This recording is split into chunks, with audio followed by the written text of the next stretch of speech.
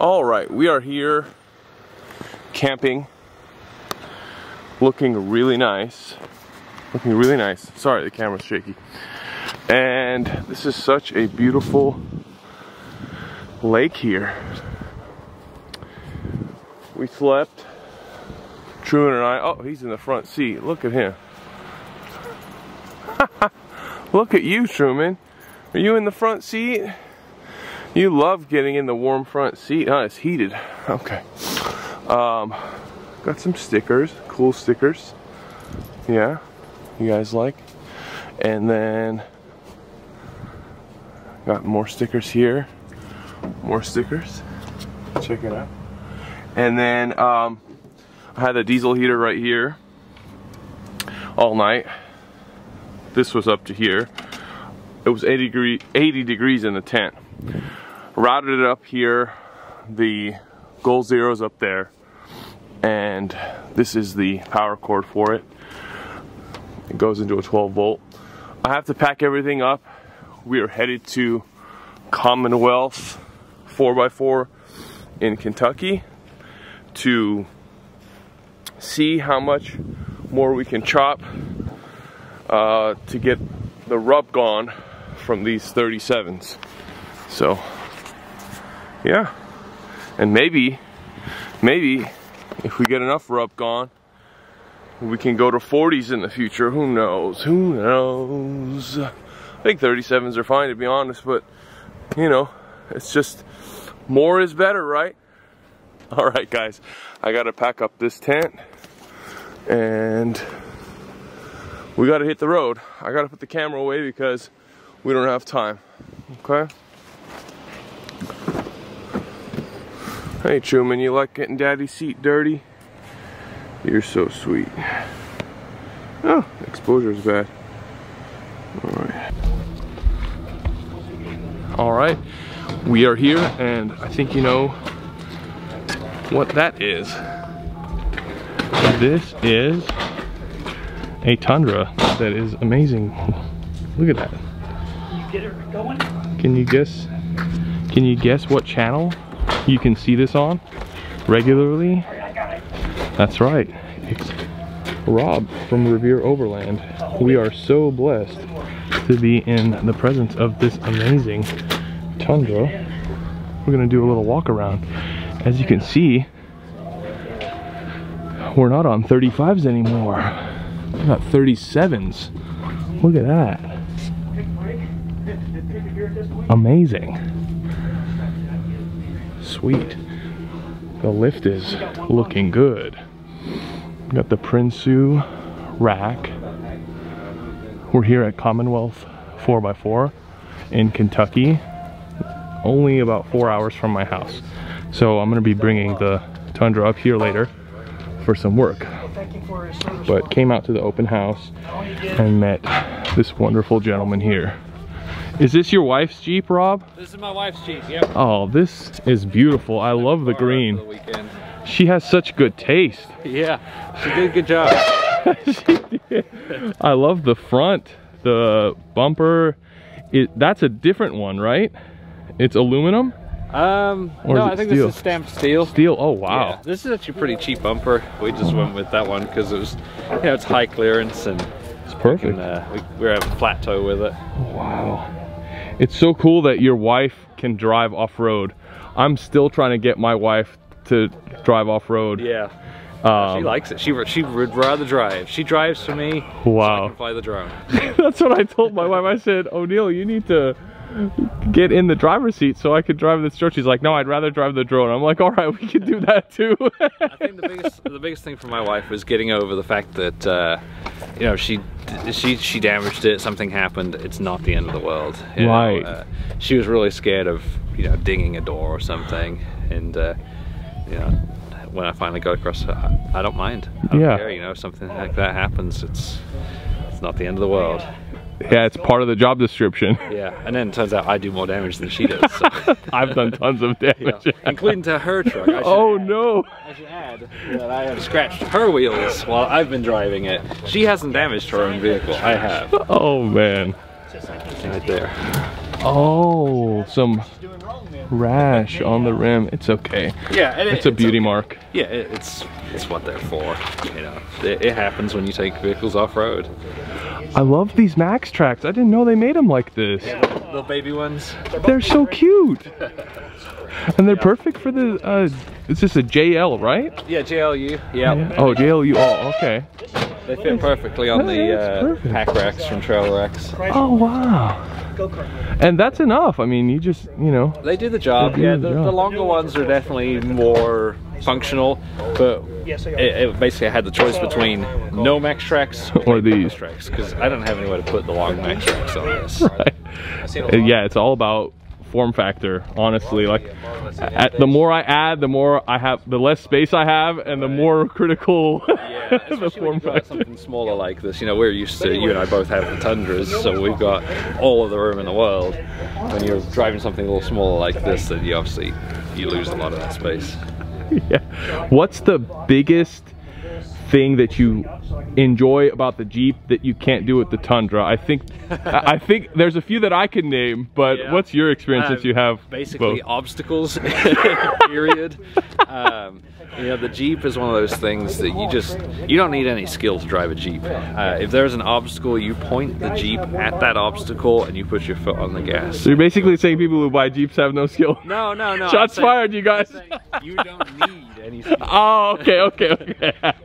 You don't need any skill to drive a Jeep. It's so easy. Whereas with the Tundra and any other, you know, independent front suspension vehicle, including my 4Runner, you need to take your time. You need to figure out where you're going on an obstacle, and sometimes you just can't do it. This can do a lot more than my Tundra can do. Wow. I think mine would be width, which I saw when you went to Idaho.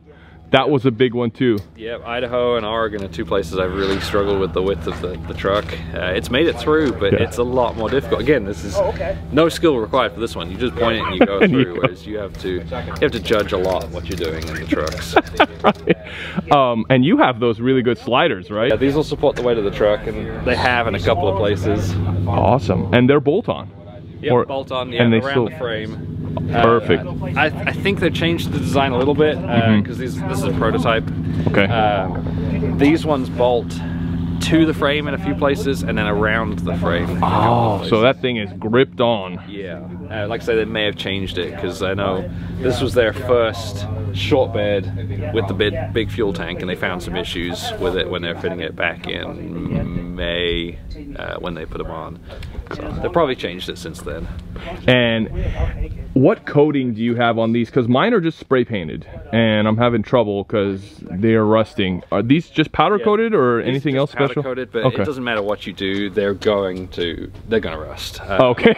That makes me feel better. You've got some spots here where I've thrown up rocks and I see. Coating. Okay. Not that bad, but yeah. Yeah, it's not horrible. There's another one. I don't know if it's on this side. Oh yeah, down here. Like I've caught it on rocks. Okay, yeah. You're gonna scratch it whether you powder coat or you spray paint. Powder coating is definitely easier initially, but spray paint's easier in the long run, because when you scratch a spray paint one, you just get your rattle can and you spray over it. Whereas with this one, I'm going to do that, but the finish may be a little different. You know what I did? I sprayed and I got some spray here. So I learned tape it or put a cardboard there. Yeah, so actually like scrubbing it. on my 4Runner, I had a long sheet of cardboard, and what I do is I just jam it between the slider and the body there. Okay. Spray it. And I do that every couple of months. Smart. Yeah. I'm mad at myself that I didn't realize, that I couldn't figure it out beforehand, but it is what it is. So 37s, you used to have 35s. These tires, are they the new ones from Toyo? They're gorgeous. Yeah, I really like these tires. So I had the AT3s from Toyo before, and they're great tires. And honestly, before I go any further, if you have a Tundra, 35s are the practical choice. 35s are the better choice. I co-sign that. Yes. I've had lots of trouble. 37s look better, but they're so much more work.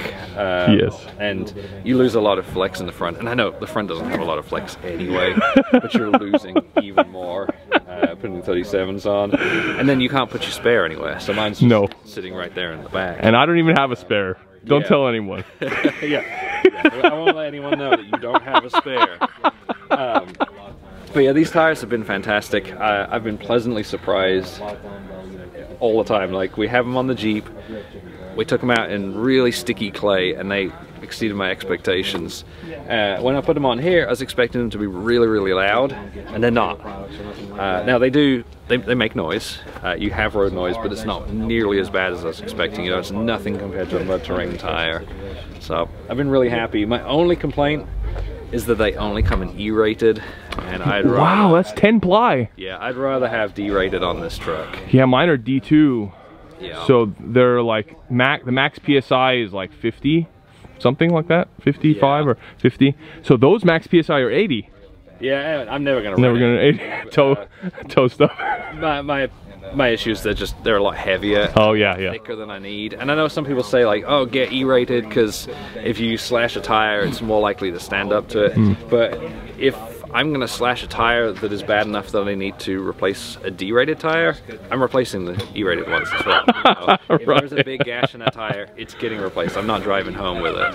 So that's right, absolutely. It doesn't help me at all. So I heard, a little bird told me, I'm not gonna snitch on who it was, but there is something new coming for this back here? Yeah, I actually pick it up in a few weeks' time. Oh my God. AT Habitat is going on the back here. Wow.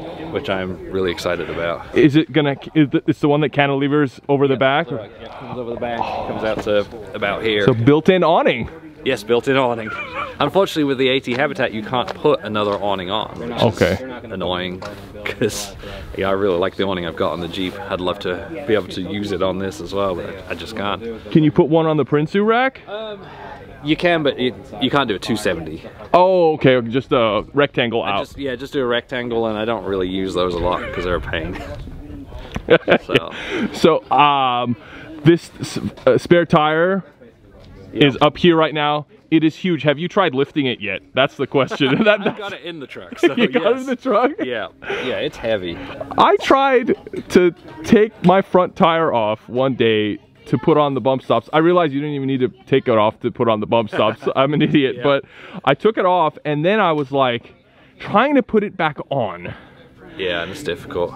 Oh my gosh. Yeah, they're heavy. I had to use my brain more than my muscles, because I don't have muscles anymore apparently, but I realized that when I was trying to put that tent on the roof too. I'm very weak, but I had to put 2x4s on the ground to just bring it up high enough to where I could just slide it over the studs for the lug nut. I have to sit down with my legs either side of the tire, and I use my legs to lift the tire.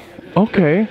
And you can jack up the truck high enough? Well, so you have the truck basically like an inch higher than it needs to be for the tire to fit on there. Okay. And then you just sit down. The tire on your lap and just gotta use your lap to help. Oh, so you're sitting on the floor all the way down. Yep. Okay, that's smart.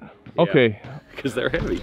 Okay, so this is the second time he has more brains than me. One time was spray painting the sliders, and the second time was putting the tire back on. So very good. This is why we need to lean on the more experienced people in the community. I still don't know what I'm doing. I make it up as I go.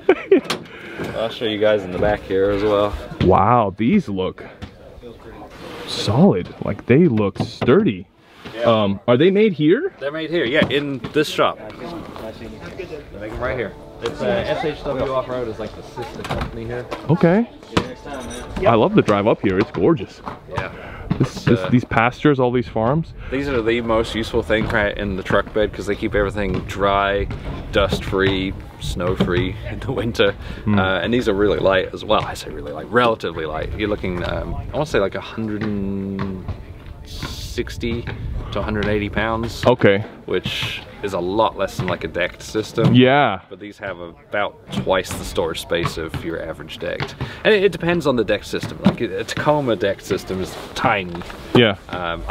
Don't quote me exactly on the Tundra one, but it's a lot more storage space. So that lightness is very good. Yeah.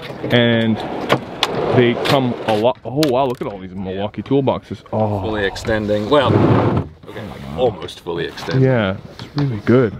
So this right here, man, this is worth its weight in gold right here. Having all your tools with you, and you want to see my toolbox? Let me show you my toolbox. You're gonna laugh. My dog's in there right now. Excuse me, Truman. Hold on. Oh, he went back. He's going in the back. He's going over there. Where's my toolbox? Oh, that's it. This is my toolbox, guys. This is what I have right now.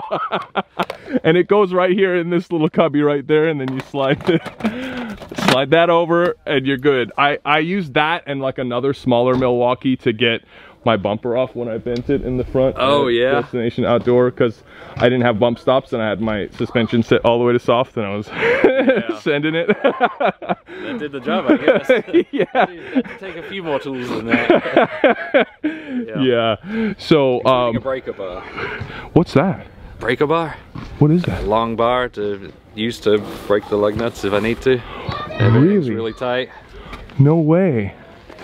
So I have an impact wrench. Oh, there you go. That helps. And then I was going to plug it into the Goal Zero, but I don't have it on me, of course. Yeah. Like, I'm an idiot. I should have had it on me, but I didn't hit any. So a breaker bar, so you have it with you? I may have unloaded it. I've got a bunch of stuff over there. It can fit in here. Wow. Recovery gear, yeah? I think I've taken most of the stuff out of here. Air filters. Yeah. You have a spare set. That's smart. I remember when you were getting ready to go back to the desert.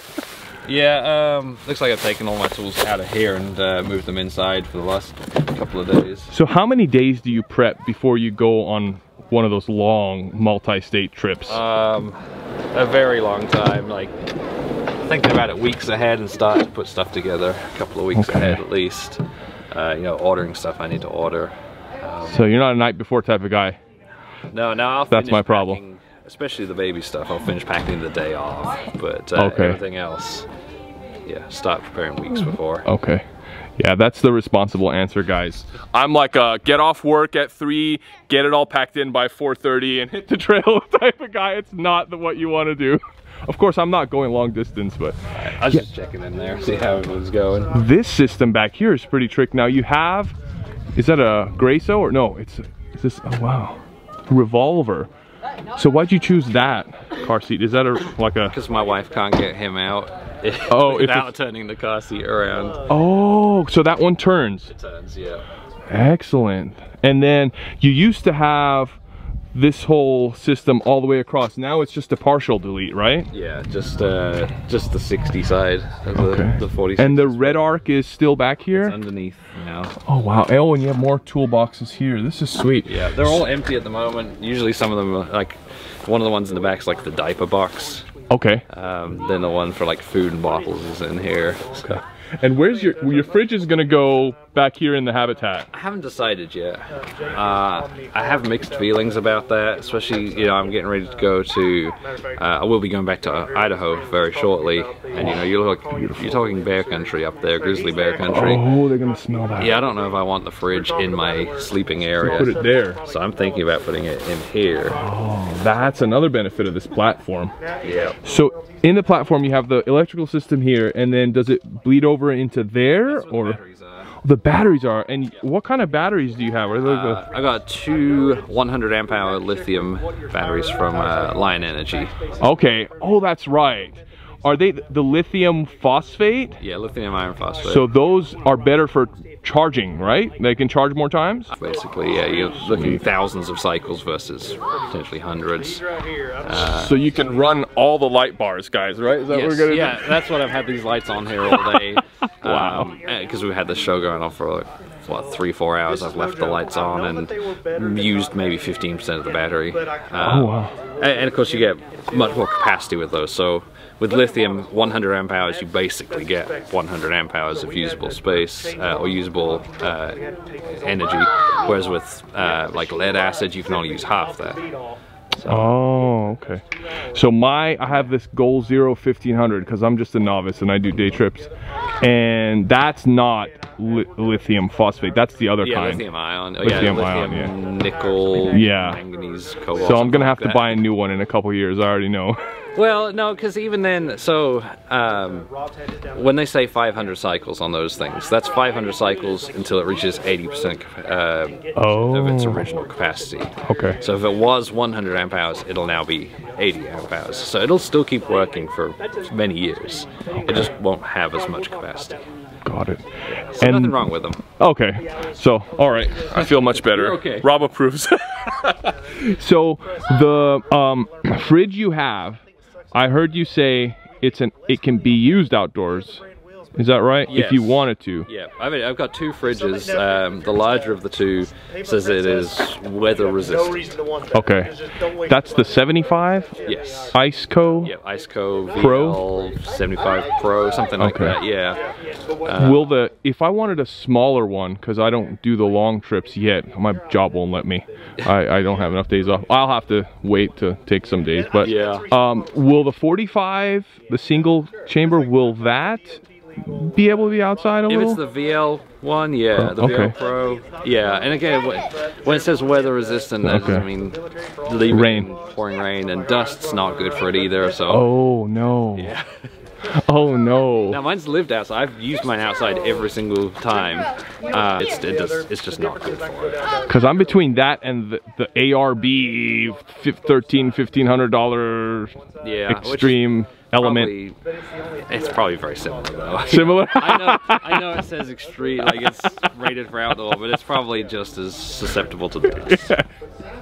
All right, guys, you heard it. Probably. Hey. No, don't quote it. Probably don't quote. All right, guys, don't quote. All right, sweet. So, habitat. Anything else planned? 40s? No. 37s. I don't want to say they were a mistake, but you know, 37s weren't the wise choice. 40s are definitely very worse. Okay. They'll look even better, but definitely not smart. No. So, the front bumper, we didn't even look at it. I didn't even like. I'm just mesmerized with all the overlanding stuff. Yeah. And of course you have your Elon Musk up there, Starlink. Oh my gosh. And I saw your tricked out like releasing. Yeah. Oh my gosh. Which is funny. So that video, I said, this is difficult. And then it went snap straight in. I promise you, it's not that easy to mount. It does take a little bit of figuring out. You know, those snaps are not instant like they were in that video. I just got really lucky. Experience. So it takes a minute to snap it in and a minute to snap it out, which is really not bad. And this thing here, you were talking about, they did a front camera mount for you. Yep. To move it higher. You have your front camera here. It's just going to move higher. Is that right? This is actually already relocated. Oh, relocated down. We're gonna move lower. Okay. So I think when you buy the bumper, you get a special bracket. This one's just one that they 3D printed at the time. Oh, okay. Again, this one was a prototype. Okay. And they realized when they put it on that I had nowhere to put my camera, so they went and ran and 3D printed something for me while I was there. Okay. So I'm going back up to them soon. I should get the proper bracket this time. Okay, sweet.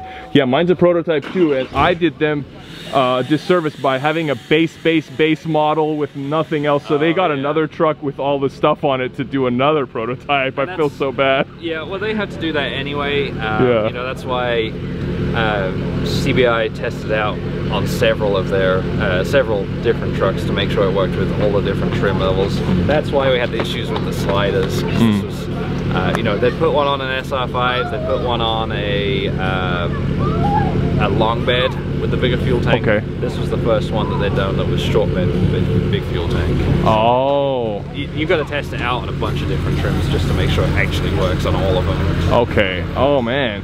Because of that clamp around. The fuel tank's right there. The fuel tank got in the way of that. And of course, do you have the 12S or the 10S? 12S. 12S. So you got your winch game is already better than mine. I got the 10S. Yeah, I had to. But you need it more than. Yeah, I've got a lot of weight on this, especially once the habitat gets on. You know, that's another 340 pounds. Oh wow, that's pretty light for that though. It is. Because my rack is 55 pounds, and then the tent is supposedly 150. Although it felt like 1,000 pounds when I was lifting it up. Yeah. But that's what, 200 pounds? So you're only getting what, 130 something more pounds, and you can live in it. Yeah. That's worth the weight. Actually, it's not a lot more than the iCamper was, because I had the bed rack, which must have been, the bed rack I have is probably over 100 pounds. Okay. The iCamper was, what, 170, so I'm only gaining maybe, you know, 50, 60, 70 pounds. Yeah. I guess. So rear bump stops, what do you have for those? And what actually front bump stops? What do you have for those?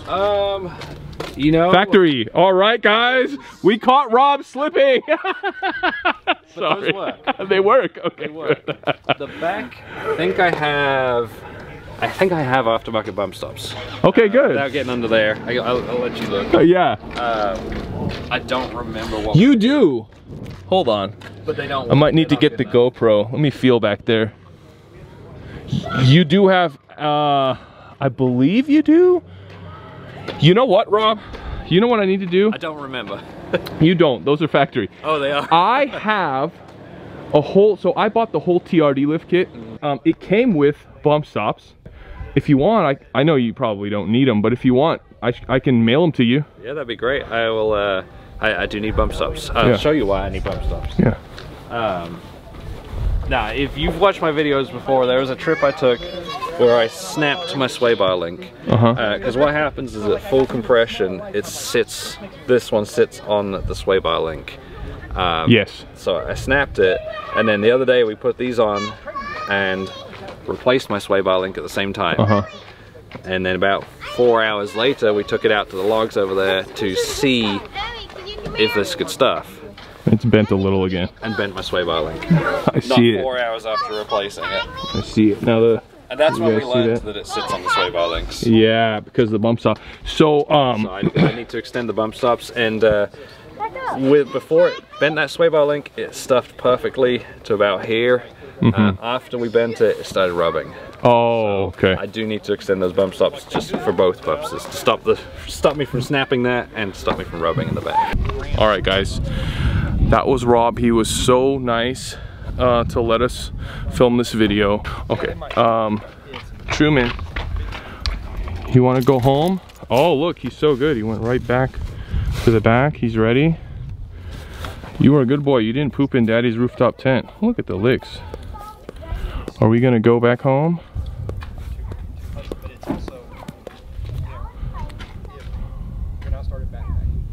Good job.